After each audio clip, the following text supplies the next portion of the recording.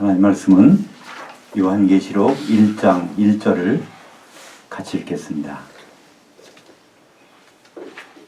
예수 그리스도의 계시라. 이는 하나님이 그에게 주사 반드시 속히 될 일들을 그의 종들에게 보이시려고 그의 천사를 그의 종 요한에게 보내어 지시하신 것이라. 새롭고 성경적인 요한계시록 강해, 이렇게 이번 요한계시록 강해의 제목을 정했습니다.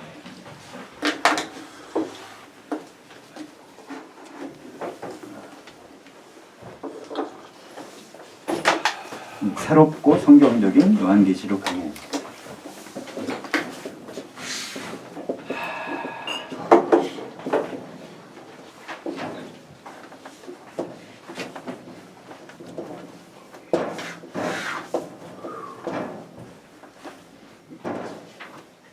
이 새롭다는 것은요, 지금까지 우리가 알고 있고 들어온 것과는 전혀 다른 내용이라는 것을 우리가 아마 발견하게 될 것입니다. 그래서 새롭다는 말을 하나 집어넣고요. 그리고 성경적이라는 것은 가급적 성경의 원문을 뜻을 살펴가면서 이걸 하기 때문에 성경적이다, 이렇게 이름을 붙였습니다. 요한계시록은 사도 요한이 기록한 계시다, 계시 내용이다. 그래서 요한계시록이라고 우리가 부르고 있습니다. 근데 사실은 요한계시록은 원래 계시록 1장 1절에 있는 것처럼 예수 그리스도의 계시입니다. 예수 그리스도의 계시라.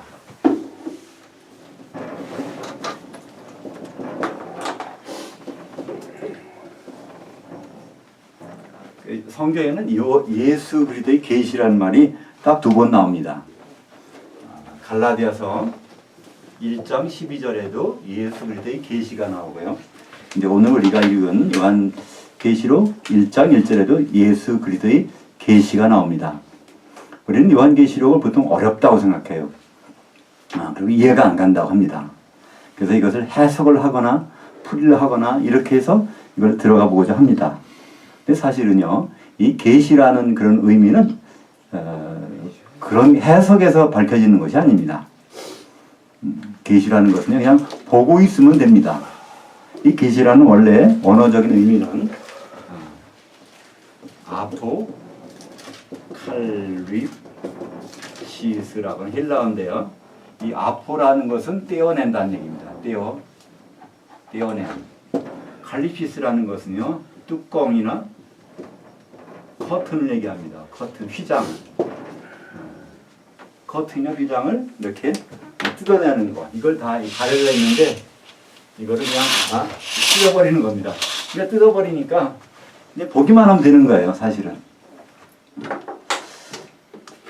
근데 이 계시라는 내용은요, 다른 말로 예언이라고도 합니다. 그러니까 예수 그리스도의 계시라 그러면서요, 오늘 말씀 이제 3절에 보면 이 예언의 말씀이라고 합니다. 그러니까 계시라는 것도 이 예언의 말씀이에요. 예언. 우리는 보통 그 계시하고 예언을 그러니까 이게 다른 것인가 또 어떤 의미인가를 좀 혼돈합니다. 그러니까 이 계시라는 것은 그냥 뚜껑을 열어서 속을 보여주는 거니까 그렇게. 또 이 예언이라는 것도요, 원래 우리가 예언하면은 이것은 장래일을 미리 알아맞추는 거, 그것이 사전적인 의미입니다. 근데 성경에서는요, 예언이 그런 뜻이 아닙니다. 성경에서 예언이라는 것은요, 프로 페테이아라고, 페테이아. 그래서 프로라는 것은요, 밖으로라는 뜻입니다. 밖으로. 이렇게 전진한다는 걸 영어로 뭐라고 그러죠? 프로그레스라고 합니다. 그죠? 후퇴하는 거는 리트로그레스, 리그레스, 전진. 그러니까 프로라는 건 밖으로 이렇게 끄집어내는 거죠. 페테이라는 것을 이거를 영어로 써보면요, 이렇게 쓸 수 있습니다. 페테이아. 여기서 뭐가 나왔어요? 영어에 포토가 나오는 겁니다. 그죠? 그러니까 속에 있는 것을 사진 찍어서 그대로 끄집어낸다는 뜻입니다. 예언이라는 것은요. 그러니까 우리 속에, 제가 이제 고등학교 3학년 2학기 때, 여름방학 때, 좀 몸이 좀 이상해요. 그래서 보건소에 가서 이것을 엑스레이를 찍어봤습니다. 그때 여기 막 폐가 다 구멍 뚫려가지고 더 이상 아무것도 하지 말라는 거예요. 그래서 제가 공부를 중단하고 이제 저희 집으로 들어간 적이 있었는데, 그러니까 겉으로는 멀쩡해도 찍어보니까 완전히 그 속에 그런 일이 벌어진 것입니다. 이 프로페테라는 그런 것이 있어. 이 사진을 찍어서 안 보이는데 그걸 엑스레이를 찍든 뭘 찍어서 그거를 바깥으로 표현해내는 것. 이거는 프로페테이아라고 합니다. 이것을 우리말 번역으로 예언이라고 그랬어요. 또 선지자도 이런 사람입니다. 예언하는 사람. 그러니까 우리가 말하는 예언과 성경에서 말하는 예언은 전혀 의미가 다르다는 것을 우리는 이제 알 수가 있죠. 예.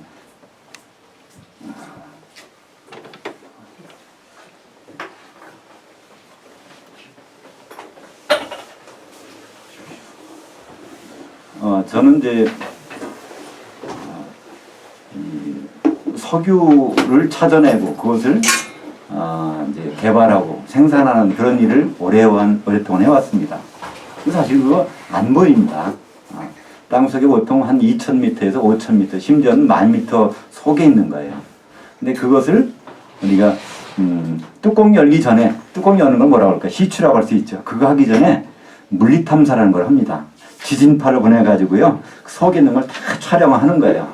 그래서 거기 있을 것 같다 그러면 그걸 가지고 이렇게 뚜껑을 이제 열어가지고 그 속을 보는 건데, 시추를 해서.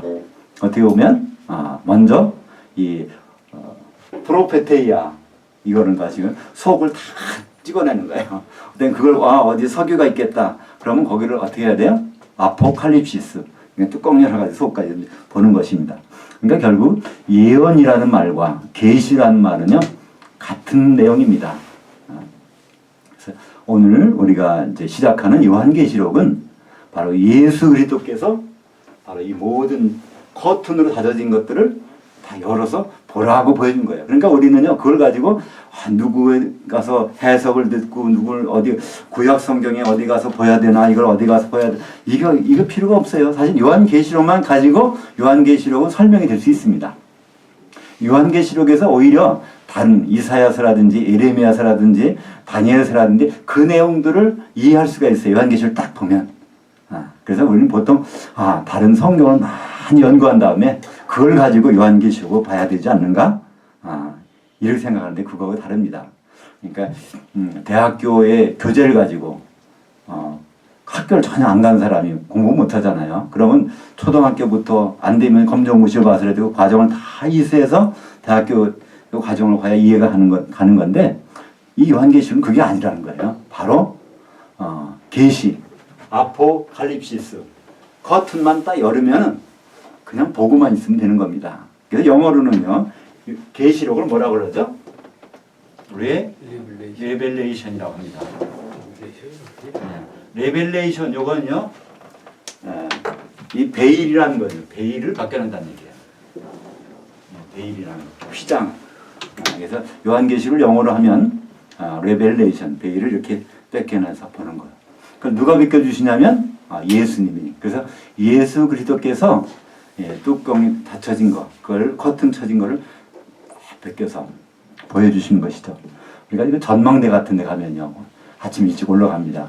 근데 안개가 있으면 아무것도 못 보잖아요. 그죠? 햇빛이 나서 그게 쫙 벗겨지면 다 볼 수 있어요. 마찬가지로 이 요한계시록은요, 바로 예수님이 이걸 다 벗겨주셨기 때문에 그냥 보고만 있으면 됩니다. 누구 딴 사람 설명도 별 필요가 없어요. 요한계시록 자체 내에서 우리는 다 그것을 해석할 수가 있고 볼 수가 있다는 것입니다. 요한계시록에서 예를 들어서 뭐 천사가 별로 나온다. 그럼 요한계시록에서는 별은 천사를 의미하는구나. 이렇게 생각하시면 그대로 보면 됩니다. 떨어진 별, 이거는 천사가 타락했구나. 떨어진 큰 별, 그럼 천사 중에서 타락한 중에 가장 큰 거, 사탄 마귀구나. 우리 이렇게 생각하면 됩니다. 그건 다 요한계시록에 그런 내용들이 다 있다는 것이죠. 그것을 요한계시록에서 우리는 볼 수가 있는 것이죠. 그래서 이 요한계시록은요, 누구한테 이걸 보냈는가, 이게 참 중요합니다. 이 편지거든요. 이게 다 편지 써서 보낸 거예요. 근데 뭐든지 그렇지 않습니까? 남의 편지를 읽는다는 건 별 의미가 없잖아요. 나한테 온 편지를 읽어야 되죠. 근데 과연 이 편지를 누구한테 썼는가? 요한계시록에서 말합니다. 아시아의 7교회한테 편지한다 그러고요. 주의 종들에게 편지한다고 그랬고요. 또 교회들에게 편지한다고 그랬습니다. 그러니까 결국은요, 교회나 주의 종이나 또 성도들이나 다 똑같이 보는 거예요. 한마디로 요한계시록은요, 성도들에게 보낸 편지입니다. 이거는 어떤 목사님들에게만 보라고 보낸 편지가 아니에요. 성도들에게만 보라고 보낸 편지라는 것을 요한계시를 통해서 우리는 알 수 있습니다. 근데 사실은요, 그래서 이 요한계시록을 우리가 다시 한 다른 각도에서 보면요, 요한계시록은 사도 요한이 어디에 있을 때 기록된 거냐면 반모섬이라고 하는 터키의 그 지중해 연안에 조그만 섬이 있는데 거기로 사도 요한이 유배되어 갔을 때 그때 영이 이렇게 빠져나갔어요. 그래서 하나님이 사도 요한의 영을 빠져나가서 그걸 가지고 데리고 다니시면서 보여준 거, 그거를 기록한 것입니다. 지금으로 말하면 동영상 촬영을 쭉 한 거예요. 그거를 우리가 지금 그걸 하나하나 열어보려고 하는 것입니다. 그러니까 여기에 대해서 아주 그냥 어렵다 생각을 전혀 가지시면 안 돼요. 그냥 내가 눈 떠서 봐야 되지. 아무리 아주 훌륭한 영화라도요, 눈 감고 있으면 안 보이잖아요. 그래서 눈만 뜨면 다 보입니다. 요한계시록은 우리가 눈 뜨고 봐야 되는데 누구한테요? 성도들에게 보낸 편지라는 것이죠. 1장 1절에 그래서 예수 그리스도의 계시라. 그러니까 계시라는 것은 커튼을 찢어냈다. 누가요? 예수님께서, 예수 그리스도께서. 근데 어떤 내용이냐면 하나님이 그에게 주사 예수님에게 주신 것입니다. 그래서 반드시 속히 될 일들을 그의 종들에게 보이시려고. 이 내용들은요, 그러니까 그의 종들에게 보여주시기 위한 것입니다. 여기서 그의 종들이 누굴까요? 다시 반복하지만 여기서 종들은 목사님을 얘기하는 것이 아닙니다. 요한계시록 19장 5절에 보면요, 한번 읽어볼까요? 누굴 종이라고 하는지. 보좌에서 음성이 나서 가로되 하나님의 모든 종들 곧 작은 자들이나 큰 자들이나 그를 경외하는 너희들아 다 우리 하나님께 찬송하라 하더라. 그러니까 종이라는 건 누구냐면요, 작은 자나 큰 자나, 그러니까 나이를 먹었든 어리든 지식의 수준이 높든 작든 관계없다는 거예요. 하나님을 정말로 경외하는 자라고 하면요, 그러면 하나님이 종으로 인정하시겠다는 거예요. 그러니까 하나님 있긴 뭐가 있어 이렇게 하는 사람이 아니라 하나님을 두려워한단 말이에요. 하나님을 정말 두려워하는 거예요. 그러니까 우리가 왜 예수를 믿죠? 하나님이 두려워서 믿는 거예요. 우리는 죄를 지을 수밖에 없잖아요. 그럼 이 죄가 있으면 큰일 나거든요. 그러니까 우리는 바로 예수님을 믿게 되는 거란 말이에요. 하나님이 방법으로 예수님을 우리에게 보내주셨기 때문에 그 죄를 없앨 수 있는 방법이 있다는 거예요. 근데 하나님을 두려워하지 않는 사람은 예수 믿을 필요가 없어요. 내 실력을 한다고 생각하면 예수님이 필요 없단 말이에요. 그러니까 하나님 보시기에 하나님의 종이라면 하나님을 정말 무서워하고 두려워하는 사람, 이 사람이 하나님은 종이라고 인정해 주시고요. 그 종들에게 하고 싶은 말씀이 있다는 거예요. 그거를 이제 예수님을 통해서, 또 예수님은 그의 천사를 통해서 그걸 사도 요한에게 이렇게 알려주신 거, 사도 요한은 이것을 기록으로 우리에게 남겨주신 것입니다. 근데 여기서 이제 종들에게 보냈다고 그러는데 과연 종들이 누굴까? 또 하나 설명이 있습니다. 요한계시록 22장 16절에 보면요, 교회들에게 이거 편지했다는 겁니다. 종들에게 알린다고 했는데 또 교회들에게 또 알린다는 거예요. 그럼 바로 교회 구성원들이 누굽니까? 몸을 이루고 있는 사람들을 성경에서는 성도라고 합니다. 우리 교회 다니는 사람 중에는요, 성도들이 있고 신자들이 있고요, 불신자가 있어요. 교회 안에도요, 믿지 않는 사람이 있어요. 다른 목적으로 와서 있는 사람도 있단 말이에요. 교회 안에도. 그죠? 근데 믿으려고 하지만 아직은 잘 안 믿어지는 사람도 있어요. 그렇지만 정말 몸을 이루면서 있는 사람들이 있단 말이에요. 근데 여기서 교회들은 그런 몸을 이루고 있는 사람들이 반드시 알아야 될 일들을 여기에 다 기록했다는 것입니다. 요한계시록은 22장까지 있습니다. 1장에서는 종들에게 보이시려고 했고 22장 마지막 장에 가서는 교회들에게 보여주시려고 했단 말이에요. 그러면 종이나 교회들이나 성도들은 다 똑같은 겁니다. 결국은 바로 내가 성도라면 나한테 주신 말씀이에요. 그러니까 이건 어떤 성경 학자들에게 주신 말씀 아닙니다. 그들이 하나님의 종이 아니고 또 성도가 아니라면 그거는 그 사람들에게는 아무 관계가 없는 거예요. 그러나 어느 누구라도 큰 자나 작은 자 하나님을 두려워하고 교회를 구성하고 성도들을 되고 있다면 그러면 이것은 바로 그 사람을 위한 편지입니다. 그리고 여기에 보면 또 이 천사를 통해서, 근데 이 천사가 누굴까? 히브리서 1장 14절 볼까요? 모든 천사들은 섬기는 영들로서 구원받을 상속자들 위하여 섬기라고 보내심이 아니냐. 그러니까 여기에 이 자리에요. 천사들이 있을까요? 없을까요? 있어요. 있습니까? 그걸 어떻게 알 수 있죠?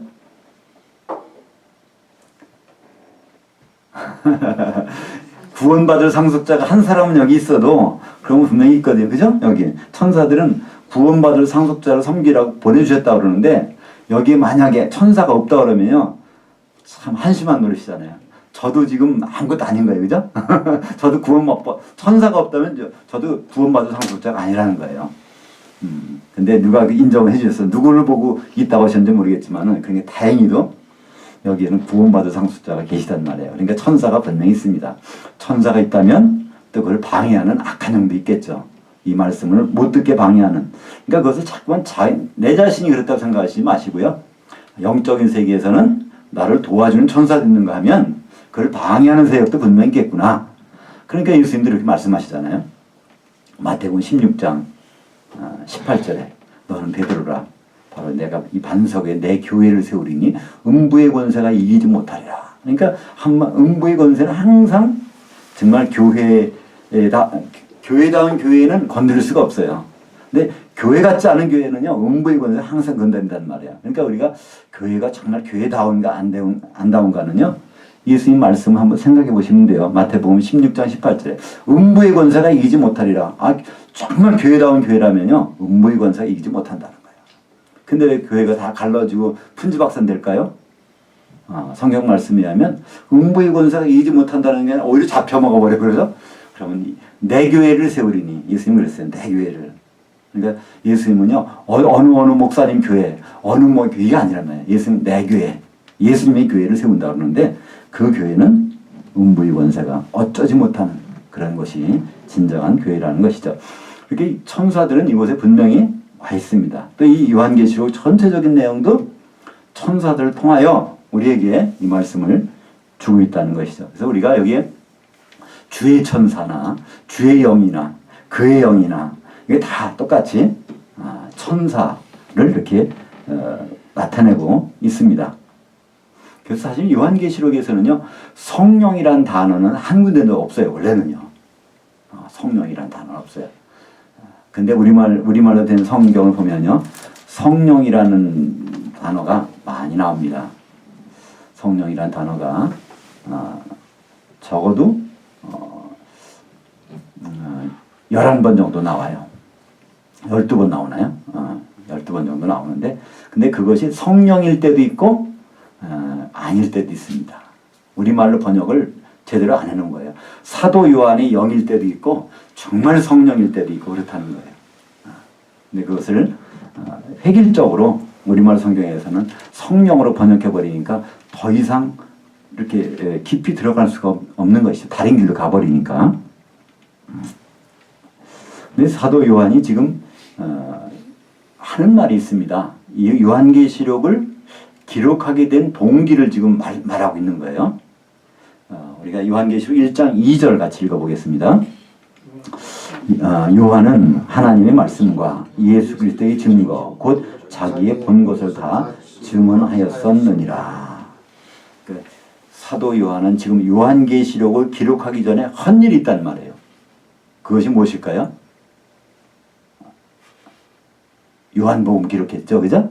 또 요한일서를 기록했어요. 물론 또 요한이서 3서도 있지만 요한이서나 요한 3서는 특정한 사람에게 이렇게 보낸 편지이기 때문에 우리는 요한복음과 요한일서를 기록해서 그 내용이 뭐냐면 하나님의 말씀과 하나님의 말씀일 때 그 말씀이라는 건 로고스입니다.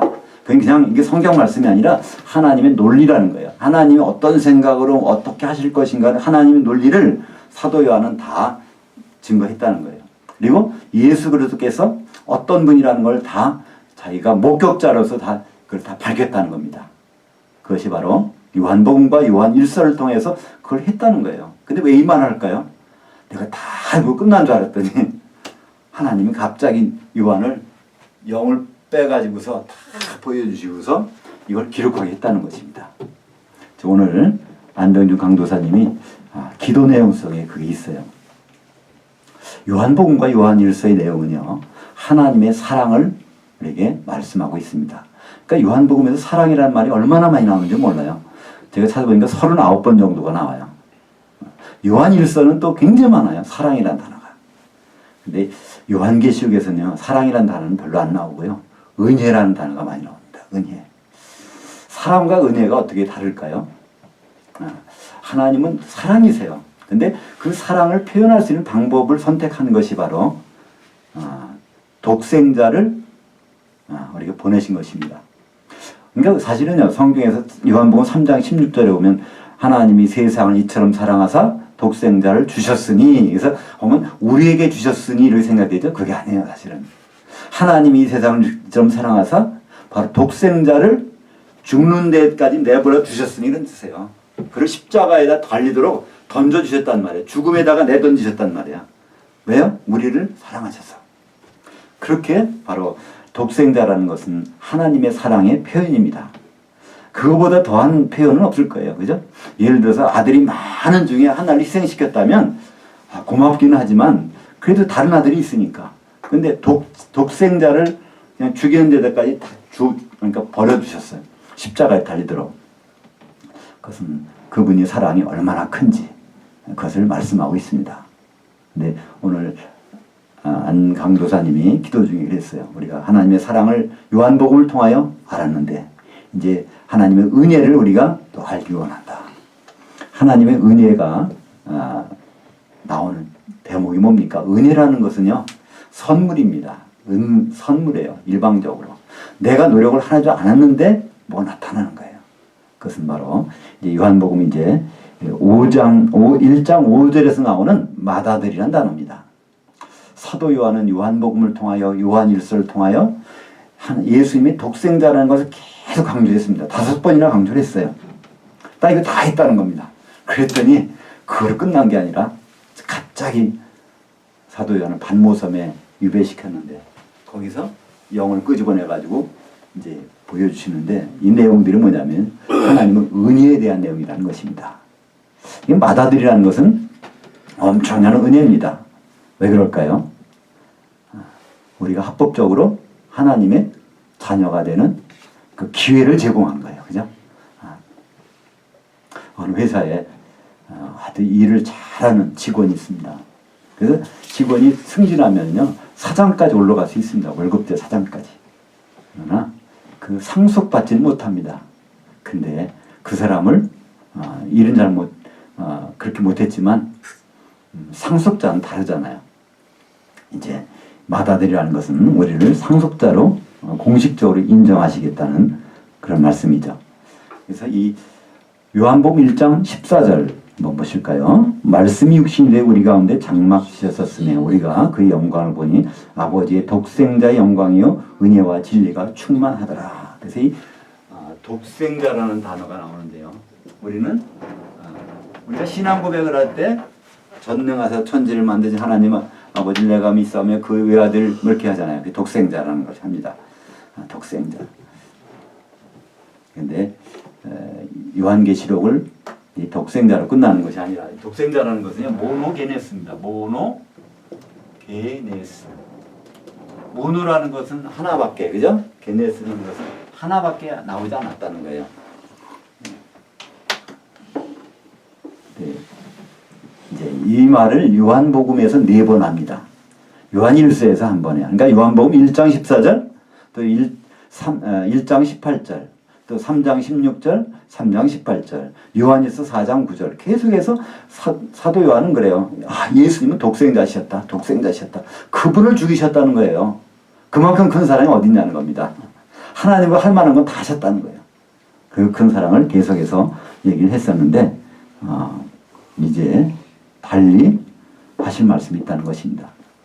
우리가 이제 더 이상 깊이 들어가기 전에 왜 요한계시록을 해야 되는지를요 살펴볼 부분이 있어요. 그 프린트물의 맨 먼저에 칸에 보면 요한계시록 22장 18절과 19절을 한번 보시겠습니다.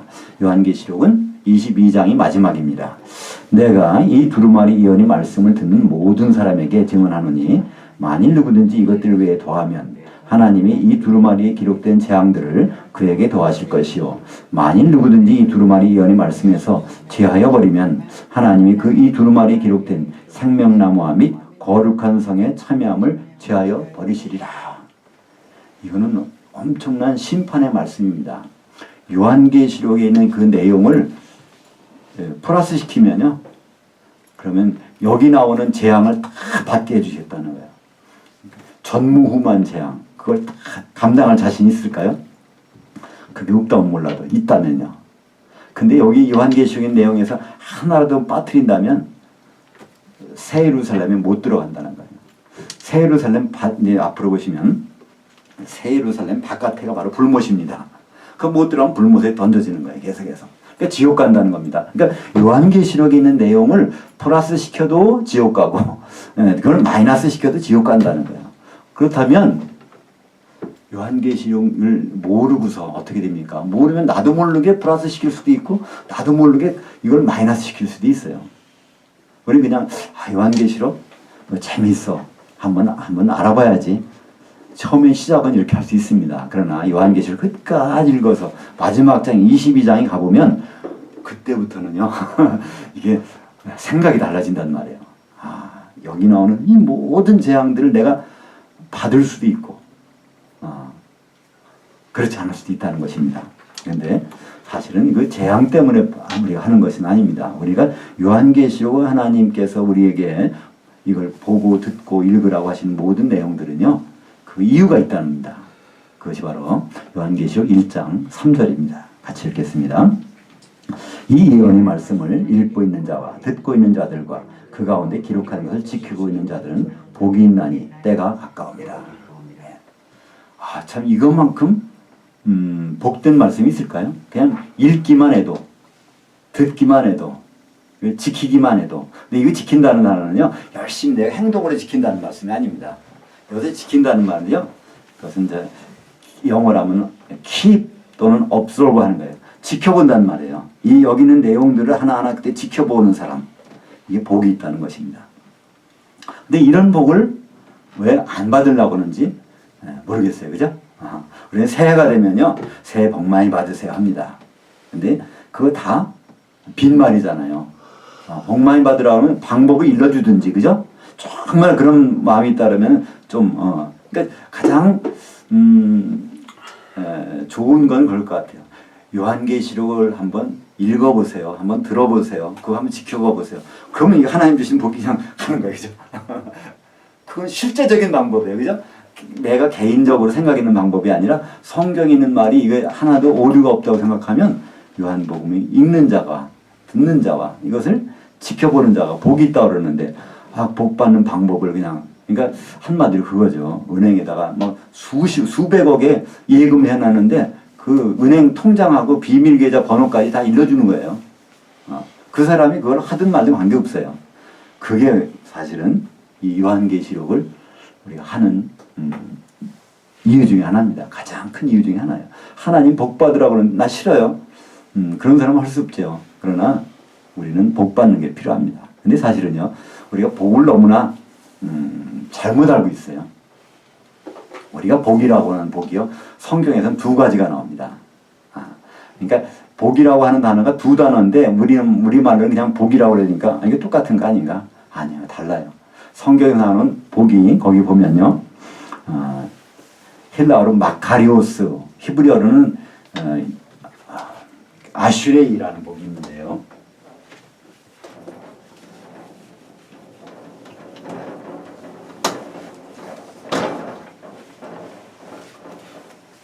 그 전에 이 복에 대해서 복을 한자로 이렇게 쓰나요? 나오고 있습니다. 우리 이제 한자 이거를 이거는 뭐라고 하죠? 보일 시라고 읽기도 하고 하나님을 나타내는 하나님 시라고도 합니다. 그래서 요게 들어가면 항상 뭐가 나오죠? 하나님 할 때 이렇게, 그죠? 신합니다, 그죠? 그러니까 하나님 옆에 뭐가 있어요? 밭에 한 사람이 서 있어. 아담이, 그죠? 신이라고도 하는데 일단 이거에 들어가면요 하나님과 관계되는 거예요, 또요 한자가. 근데 여기에 정말 여기서 그렇죠? 한 입이 하나 있습니다. 한 사람이야. 어디 있어요? 에덴 동산에. 그러니까 에덴 동산에 그 사람이 하나님과 같이 있는 게 그게 복이라는 거예요. 원래 한자는요. 근데 이 복을 성경에서 두 가지로 나타납니다. 하나는 구약의 히브리어 하면요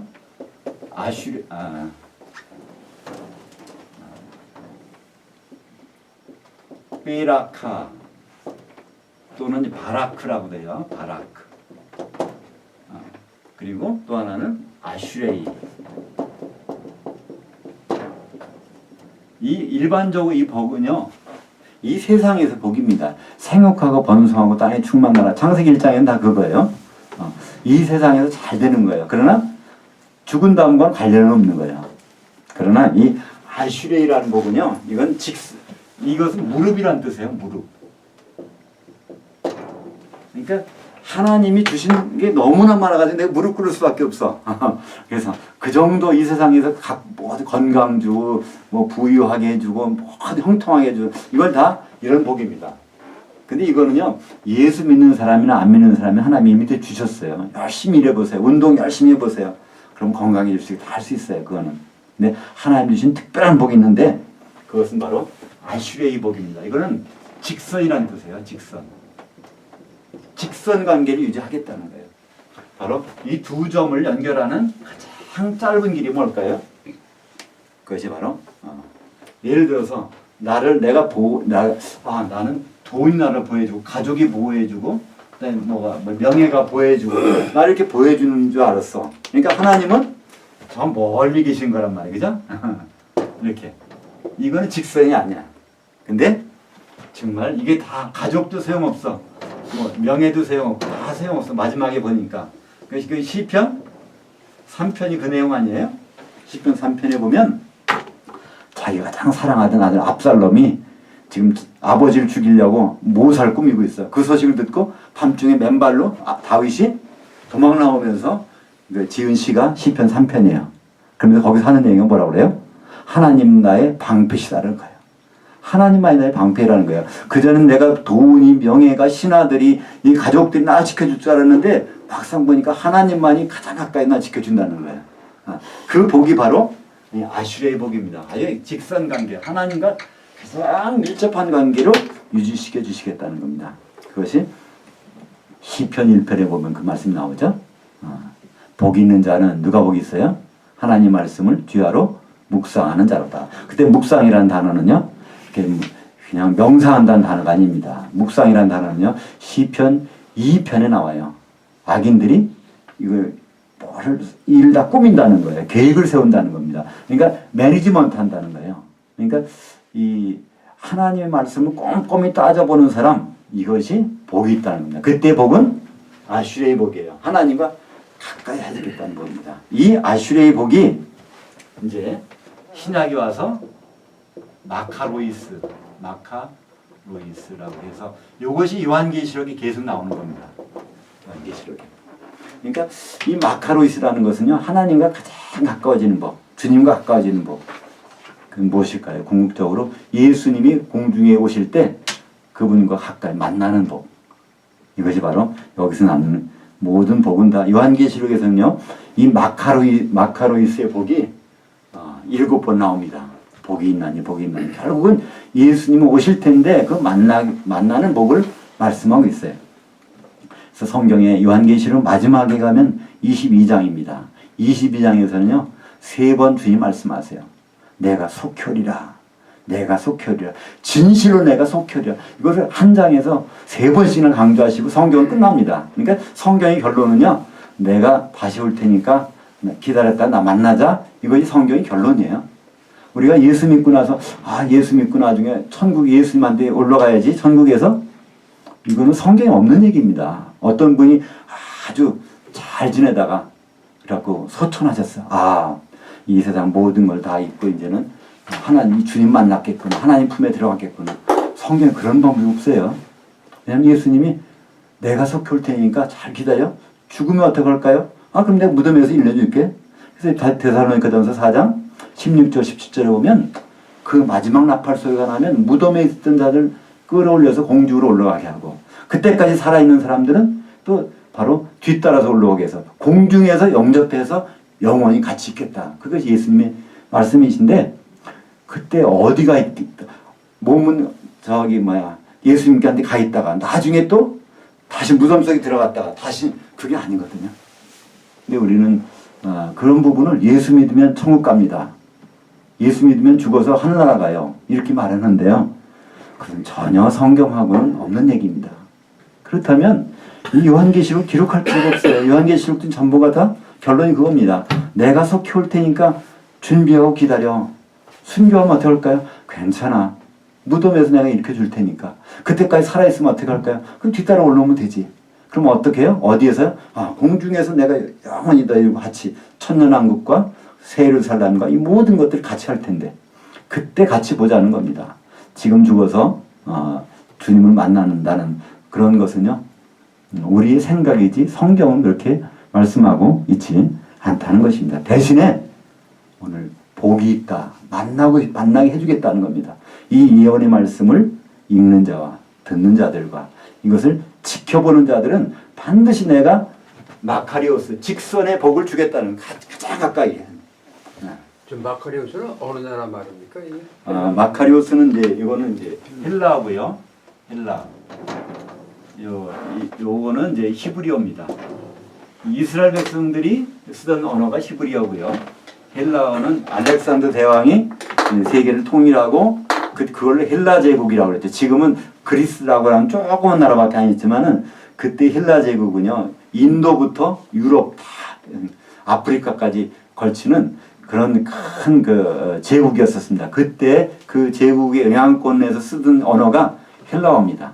그것으로 신약 성경은 헬라어로 기록되어 있고요. 구약 성경은 이 히브리어로 기록되어 있습니다. 그래서 다 말은 틀리지만 의미는 똑같습니다. 그래서 이 베라카, 이 세상의 복을, 히브리어는 베라카지만 헬라어는 이것을 유올로기아라고 합니다. 유올로기아. 그러니까 유올로기아는 이 세상에서 잘 되는 복이에요. 이것은 세상에 유올로기아는요, 예수 믿건 안 믿건 간에 하나님이 주신 질서를 잘 지키면 이거는 유올로기아의 복은 있습니다. 이미 그 선포하셨어요. 영어로는 어떻게 됩니까? 영어로는요, 전부가 다 블레스. 예, 영어로는 구분이 안 됩니다, 이게. 이것도 영어로는 구분이 안 되고, 이거 구분이 안 돼요, 영어로는. 근데 이 성경에 기록된 단어로는 반드시 구분합니다. 그래서 성경에서는 물론 율로기아의 복도 있지만 요한계시록에서는 이것이 전혀 안 나옵니다. 전부가 다 여기만 나오는 거예요. 왜 그럴까요? 주님을 만나는 복을 설명하고 있기 때문에, 가장 가까이 하는 직선의 복을 설명하고 있기 때문에 그렇습니다. 그래서 내가 예수를 이렇게 잘 믿는데 왜 세상에서 딴 사람보다 내가 이럴까?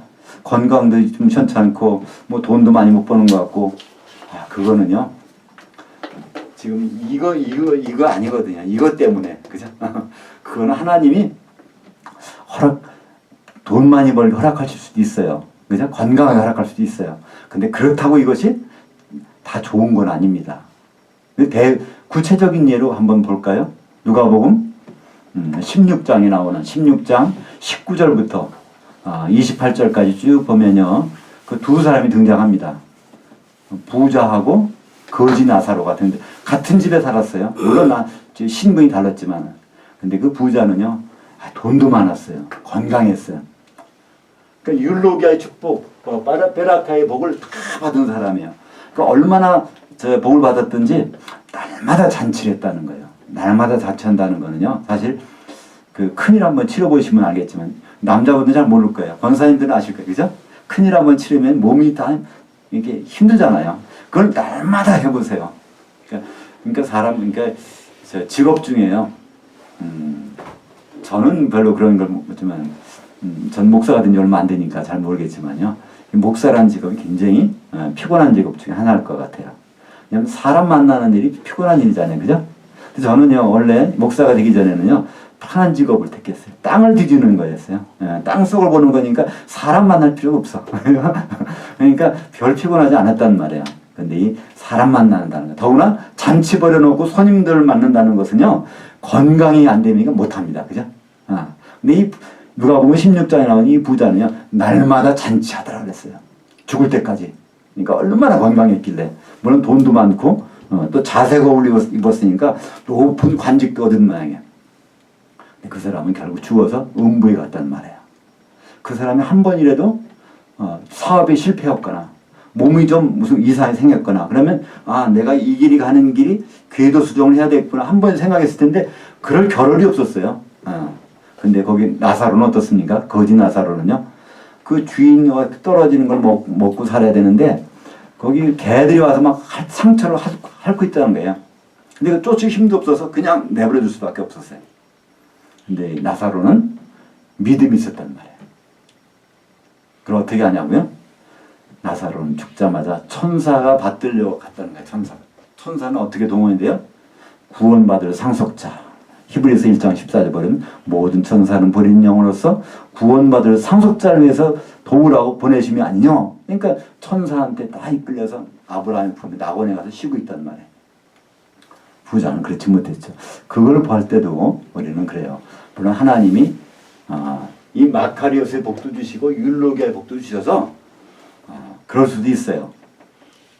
예를 들어서 아리마대 요셉이라는 사람은 부자였단 말이에요. 근데 그 묘시를 예수님이 사용하도록 허락한 그런 복을 받았단 말이에요. 그러니까 부자가 나쁘다는 건 아니에요. 그렇지만 부자가 아니더라도, 몸이 좀 불편하더라도 그건 장기적으로 보면 오히려 건강하고 부자인 사람보다 더 좋은 길일 수가 있다는 것을 성경은 누가복음 16장에서는 우리에게 말씀해주고 있습니다. 그러니까 거기서 부자라는 사람은 이름도 안 밝혀요. 이 자손들 위해서 이름을 안 적어놨나 봐. 나사로는 이름까지 나오잖아요. 거지 나사로지만. 그래서 우리에게는요, 이 세상의 복, 돈 벌고 건강한 거는요, 예수 안 믿어도 충분히 가능합니다. 하나님 그걸 허락하셨어요. 생육하고 번성하고 땅에 충만하라. 창세기 1장에 나오는 그 복은요, 영이 없는 사람들한테 이미 주신 거예요. 거기서. 혼만 있는 사람들한테 주셨단 말이죠. 근데 이제 오늘 요한계시록에서 나오는 이 복은 정말 진정한 복입니다. 주님과 같이 있는 그런 복입니다. 근데 그 4절 보면요, 수신자가 또 나옵니다. 지금 종에게 썼다고 나오고 4절에 보면 또 수신자가 나오는데 같이 읽겠습니다. 요한은 아시아에는 7교회에 편지하노니 지금도 계시고 전에도 계셨고 장차 오실 이와 그의 보좌 앞에는 7 영들과, 여기는 이 사도 요한은요, 지금 편지를 하는데 어떤 교회에다 편지하면 아시아에 있는 7교회에다가 편지한단 말이에요. 왜 갑자기 아시아에 있는 7교회에다가 편지를 했을까요? 이 7이라는 것은 완전수입니다. 히브리 사람들에게는요, 숫자 개념이 있어요. 3이라는 거는요, 이거는 하늘의 수입니다. 4라는 것은 이거는 땅의 수예요. 하늘은 첫째 하늘, 둘째 하늘, 셋째 하늘까지 있습니다. 우리는 지금 어디서 살고 있을까요? 성경에서 우리는요, 첫째 하늘과 둘째 하늘 이 속에서 살고 있어요. 첫째 하늘은 보이는 하늘, 둘째 하늘은 보이지 않지만 여기 있는 하늘. 그 첫째 하늘과 둘째 하늘을 통과하면 그 셋째 하늘입니다. 하나님 보호자가 있는 하늘. 예수님이 지금 계신 하늘이 그것이 이 우주 바깥을 통과해야 되는 거예요. 히브리서 4장 14절에 보면 우리에게 계신 대제사장은 하늘들을 관통해서 뚫고 가셨다고 얘기하고 있어요. 그래서 우리는 이 하늘, 그래서 하늘은 셋째 하늘까지 있습니다. 그리고 땅은요, 모든 땅은 동서남북에 속하지 않는 곳이 없어요. 그죠? 그래서 4는 땅의 수입니다. 그래서 3 더하기 4, 그럼 7은 완전수예요. 그러니까 7개 교회를 여기서 아시아에 있는 7교회라고 합니다. 왜 아시아일까요? 이 아시아라는 말은요, 아카도라고 그래서 이 뜻이 해 뜨는 곳이란 뜻입니다. 그러니까 세상의 중심은요, 다시 헬라, 당시에는 헬라였어요. 헬라에서 동쪽으로 보면 터키가 있죠. 터키. 서쪽으로 보면 뭐가 있을까요? 서쪽으로 보면 뭐 영국도 있고 뭐 프랑스도 있고 그럴 거예요. 그래서 이 헬라를 중심으로 이쪽을 뭐라고 하냐면요, 해 뜨는 곳, 그것을 아수라고 합니다. 아카도로. 이 동쪽에 있는 것, 서쪽에 있는 것을 에레브라고 그래요. 에레브. 그래서 아수는 그래서 아시아가 나옵니다. 그래서 아시아라는 것은요, 그리스를 중심으로 해서 볼 때 이 동쪽이라는 뜻이에요. 그리고 유럽이라는 것은 바로 그리스를 중심으로 볼 때 서쪽이다. 그래서 근데 이 아시아라는 지금으로 보서는 우리도 대한민국도 아시아 대륙에 있지만 그 당시 아시아는 터키의 바로 해안가를 얘기하고 있습니다. 유럽에서 볼 때, 그리스에서 볼 때는 터키 해안가 그쪽에 해가 떠오르는 것 같아요. 그래서 그 지역을 아시아 지역이라고 합니다. 해 뜨는 곳. 근데 그 지역의 이름이 원래는요, 루디아 지역에 있었어요. 왜 루디아냐면요, 노아의, 그러니까 이제 셈의 아들이, 노아의 아들 셈의 아들이 5명 있는데, 5명 중에 1명이 어디로 갔냐면, 그 터키 쪽 갔단 말이고, 해안가로. 그래서 루드라는 사람이 아들이 갔기 때문에 그 지역을 루디아라고 합니다. 근데 원래 사도행 창세기 9장에 보면요, 셈의 노아의 세 아들이 있죠. 셈은 이 아시아 쪽으로 가요, 그죠? 그리고 야벳은 유럽 쪽으로 가고, 그리고 함은 아프리카 쪽으로 합니다. 그래서 원래는요, 지금은 우리가 흑인도 있고 백인도 있고 하인종도 있지만 이것은 환경적으로 우리가 바뀐 겁니다. 제가 미국에 유학을 갔더니 거기 보니까 난 흑인이 똑같은 줄 알았어요. 근데요, 거기에서 미국에서 오래된 흑인분하고 아프리카에서 온 흑인분은 서로가 이 대화를 않더라고요. 말을 안 해요. 미국에 있는 사람들은요, 거기 원래 정착한 분들은 그들 보고 아프리카 후진국에서 왔다고 상대를 안 하고요. 그 아프리카에서 온 흑인들은요, 미국에 있는 분들하고 쟤들은 노예들이었다고. 우리는 한 번도 노예인 적이 없는데 노예들이에요. 근데 대화를 안 해요. 근데 가만히 보면요, 피부색만 같지 골격이나 뭐나 다 다르단 말이에요. 왜 그럴까요? 먹는 음식과 환경에 따라 바꿔진단 말이에요. 부부가 다 닮는다 그러죠. 왜 닮을까요? 환경과 음식에 따라서 신토 부리가 바로 맞는 말이에요. 거기서 나는 것 때문에 그게 바꿔진단 말이죠. 그 가장 비근한 예로 뭐가 있습니까? 여왕벌하고 일벌은요, 원래 나올 때 알은 똑같아. 근데 이것이 로얄 젤리를 먹는 방에 들어가면 이게 여왕벌에서 나와요. 근데 그냥 꿀만 먹는 거 들어가면 일벌로 된단 말이야. 그죠? 먹는 것이 완전히 바뀌어지는 것을 나타내는데, 원래 우리 조상도 사실은 같았단 말이에요. 그래서 우리 중동 지역에 가보면요, 이 사람이 유럽 사람 같기도 하고, 또 흑인 같기도 하고, 또 우리와 비슷하기도 하고, 거기서 그냥 다 섞여 살아요. 그죠? 근데 그 사람들이 쭉 이렇게 퍼지다 보니까 색깔이 달라진 거죠. 그 중에, 그래서 이 셈족은 다, 셈의 아들이 5명 있는데, 그들이 다 아시아 쪽으로 갔단 말이에요. 지도를 보시면, 여기 녹색 부분이 나옵니다. 첫째 아들 엘람은 맨 동쪽으로 가 있어요, 거기에. 그게 지금 이란입니다. 엘람이라는 것이 지금 페르시아, 이란으로 갔단 말이야. 큰 아들이. 둘째 아들은 아수르. 이건 지금 말하면 이라크 쪽으로 갔어요. 그 다음에 셈의 셋째 아들. 그것은 아르박사시입니다. 사우디아라비아 쪽으로 갔어요. 그 다음에 넷째 아들. 이것이 루드가 갑자기 유럽 쪽으로 가버렸어요. 원래 야베 쪽 속들이 가는 한가운데 갔단 말이에요. 그리고 5번째, 아람은 여기에 지금 말하면 시리아, 그쪽으로 갔단 말이에요. 원래 이 5 아들이 전부가 다 이 동방으로 가야 되는데, 그 중에 하나가 루드라는 아들은 야베 쪽 속 한가운데에 거기에 딱 머물러 있어요. 그것이 왜 그렇게 됐을까? 근데 창세기 9장 26절 한번 보겠습니다. 또 가로되 셈의 하나님 여호와를 송축하리로다. 가나안은 셈의 종이 되고 하나님이 야벳을 창대케 하시지만 하나님은 셈의 장막에 거하시고 하나님은 그의 종이 되게 하시기를 원하노라 하였더라. 이게 이제 노아가 홍수가 끝난 다음에 포도주를 마셨잖아요. 그리고 나서 몸을 벗고 자기 장막에 있었어요. 우리는 노아가 술 취해서 실수했다 그러는데요. 내용을 보면 실수한 게 아닙니다. 하나님의 안식을 취한 거예요. 자기 장막에 가서 그렇게 한 거예요. 근데 그 하나님의 안식을 취하고 있는데 이제 함의 아들이 가나안이 함하고 같이 그 안식을 방해한 거예요.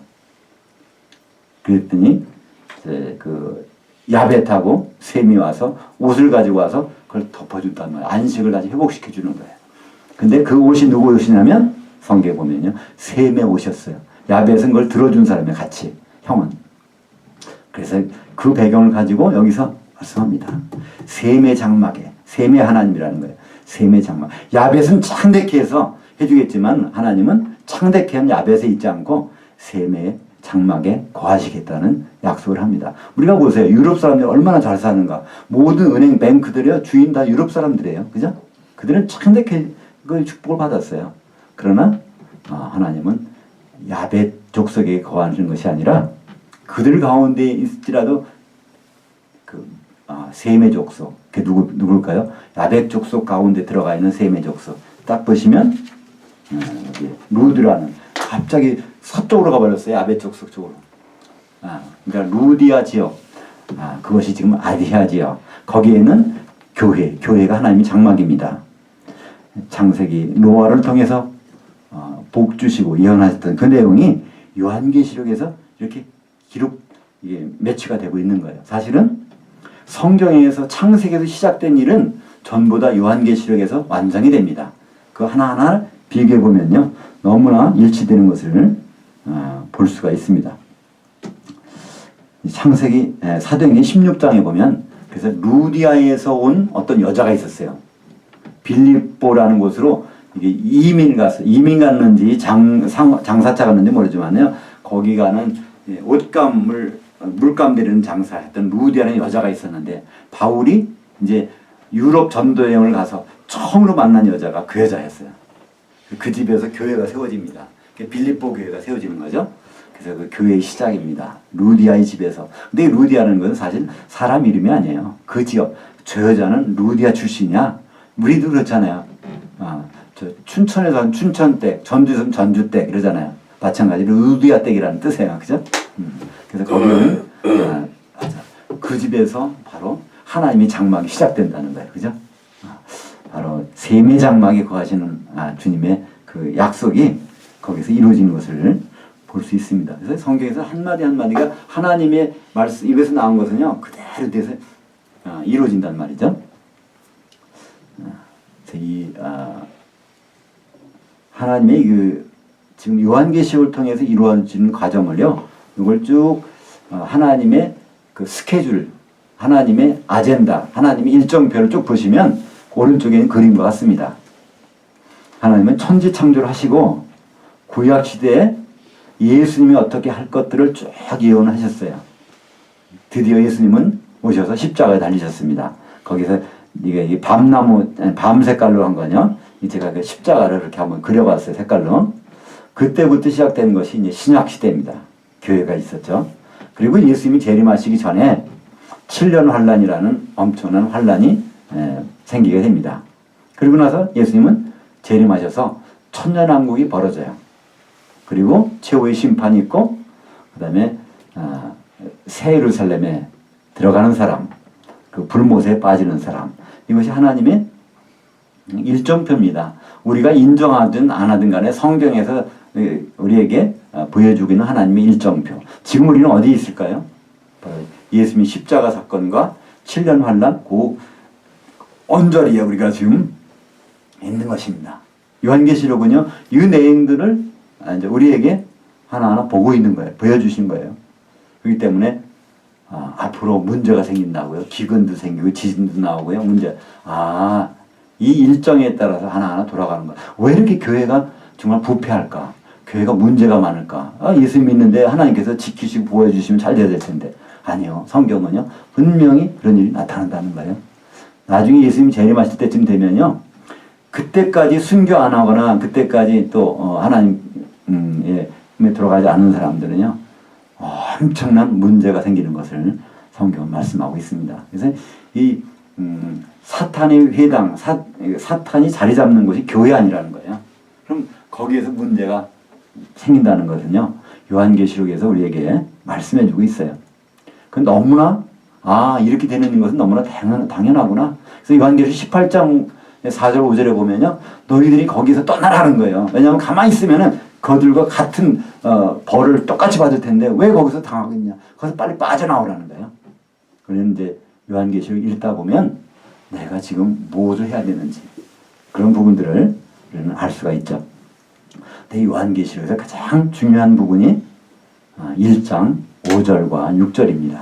5절 6절을 같이 읽어보겠습니다. 또 충성된 이것이 사실 믿음의 증인으로 죽은 자들 가운데 맏아들 되시고 그 땅에 왕들의 머리가 되신 예수 그리스도로 말미암아 은혜와 평강이 너에게 있기를 원하노라. 우리를 사랑하사 그의 피로 우리 주에서 우리를 해방하시고 하나님 곧 그의 아버지를 위하여 우리를 나라와 제사장들로 삼으신 그에게 영광과 통치가 세세토록 있기를 원하노라. 아멘. 여기에 사도 요한은 놀라운 단어를 하나 여기다가 소개합니다. 그것이 바로 맏아들이라는 단어예요. 지금 요한복음에서 계속해서 독생자 요한일서에서 독생자 했던 사도 요한이 그러면서 내가 지금까지 다 하나님 말씀과 예수 그리스도의 증거를 전부 다 내가 했느니라. 근데 여기 나오는 거예요. 아차! 하나가 빠진 게 있었네? 이게 바로 예수님이 죽으셨다가 부활하실 때는 맏아들이 되셨다는 사실입니다. 이것이 우리에게 놀라운 사건이에요. 이제 하나님의 합법적인 자녀가 될 수 있는 기회가 제공이 됐다는 것입니다. 그래서 사실은 요한계시록은요, 놀라운 일들, 그전에는 우리가 종으로밖에 될 수 없었는데, 이제 신분이 바뀌는 그 근거가 되는 것을 여기서 설명하고 있습니다. 우리말 성경에는 그것을 먼저 나시고 해버리니까 그냥 동사로 써버렸어요. 동사가 아닙니다. 그것은 맏아들이라는 것은요, 하나의 명사입니다. 맏아들. 프로토토커스라고 합니다. 프로토토커스. 독생자를 모노게네스라고 하는데요. 맏아들은 프로토토코스. 독생자라는 말이 성경에 5번 나옵니다. 사도 요한만 그걸 기록했어요. 근데 이 맏아들이라는 말도 성경에 5번 나와요. 그것은 로마서 8장 29절에 맨 먼저 나오고요. 골로새서 1장 15절 또 1장 18절, 히브리서 1장 6절, 요한계시록 1장 5절. 여기에서 이 맏아들이라는 말은 너무나 많이 나오는데 우리말 성경 번역하다 이걸 다 이상한 말로 바꿔버리니까 맏아들이라는 말을 우리는 잘 들어보지 못했어요. 맏아들이라는 단어가 성경에 있다는 것을 기억나십니까? 별로 안 나죠? 예, 그 단어를 요한계시록에도 그것을 다른 말로 먼저 나시고 해버리니까 이게 뭐 먼저 나시고 무슨 말인가? 아니요. 맏아들이 되셨다는 거예요. 독생자가 아니라 더 이상 이제 맏아들. 하나님의 가정에서 하나님의 가족관계 증명서에서 바로 아들 독자 하나 이게 아니라는 겁니다. 그분이 바로 맏아들 되셨다는 거예요. 이건 놀라운 단어입니다. 헬라어 성경에는 그 맏아들이라는 그 단어가 명확히 나옵니까? 예, 프로토토코스라는 말로 나옵니다. 이거 5번 나와요. 프로토토코스. 이분은 죽은 자 가운데 프로토토코스가 되셨다. 프로토토코스가 되셨다. 그러니까 우리는 합법적으로 하나님 자녀가 되는 그 길이 열렸다는 거예요. 그렇지 않으면요, 다 불법입니다. 너희 집에 외아들만 있는데 나도 이 집의 아들입니다 해봐야 이거 불법이에요. 잘못하는 거예요. 그죠? 하나님은요, 아무리 회사에서 일을 잘해서 진급을 시켜주고 싶어. 근데 그 위에 이제 계장은 만년 계장이란 말이에요. 근데 과장이 은퇴할 명예를 퇴직할 생각을 안 해. 그러면요, 그 밑에는 계장은요, 나이가 비슷해서 기회가 없는 거예요. 과장 돼볼 기회가 없어요. 근데 갑자기 회사 오너가 그래?